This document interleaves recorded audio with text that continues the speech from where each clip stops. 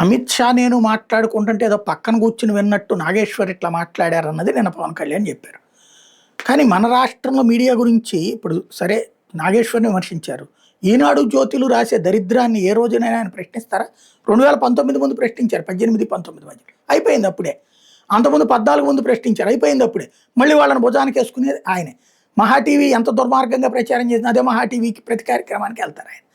ఇక్కడ సమస్య ఏంటంటే ఒక కీలకమైనటువంటిది 64 కోట్ల విలువైనటువంటి స్థిరాస్తులు ఎలా కొన్నారు అని 2021-23 మధ్య అంత డబ్బు మీకు ఎట్లా వచ్చింది, ఇది మనీ లాండరింగ్ కాకపోతే మరేంటి అంటూ చెవిరెడ్డి భాస్కర్ రెడ్డి భార్య కుమారుల్ని ప్రశ్నించిందంట ఈడీ. ఇది వీళ్ళు లోపలుండి విన్నారా లేకపోతే వీళ్ళకి ఈడీలో నుంచి చెప్పారా? అదే నిజమైతే కేసు తుస్సుమన్నట్టే. ఎందుకంటే ఈడీ ఇదిగోవయ్యా నీకు ఈ అకౌంట్ ఇదిగో రాజకేశిరెడ్డికి సంబంధించిన అకౌంట్ నుంచి ఎట్లా డబ్బులు వచ్చినాయి నీకు, లేదా నీ డబ్బులు ఇగో అని చెప్పాలి. అలా కాకుండా నువ్వు ఎట్లా కొన్నావు అంటే అది ఇన్కమ్ ట్యాక్స్కి లెక్క చూపెడతారు ఎట్లా వచ్చినాయి డబ్బులు అనేటటువంటిది. దాంట్లో ఇంక చేయడానికి ఏం లేదు, కేసు వీగిపోయినట్టే. లిక్కర్ కేసు అమ్ముకోవడమే వీగిపోయినట్టు అవుతుంది. ఈడీ ఇట్లాంటి కేసులు మధ్యలో డ్రాప్ అయినవి ఉన్నాయి, లేదా కోర్టులో కేసులు వదిలేసినవి ఉన్నాయి.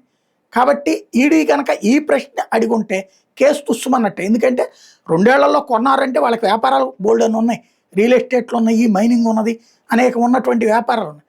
వ్యాపారాల నుంచి వచ్చిన డబ్బులతో కొన్నామని చెప్తారు, అది ఇన్కమ్ ట్యాక్స్లో లెక్కెట్టాగా చూపెడతారు. క్యాష్తో తీసుకొచ్చారంటే అది క్యాష్తో కూడా చూపెడతారు ఆటోమేటిక్గా. కాకపోతే ఇది ఈ ఒక్క ప్రశ్న మీద నిజమైతే మాత్రం కేసు వేస్ట్ అయిపోతుంది. ఇంకేమన్నా డెప్త్గా వాళ్ళ దగ్గర ఆధారాలు ఉంటే ఉండొచ్చు, ఈడీ దగ్గర పేపర్ డాక్యుమెంట్ అన్నది కీలకం.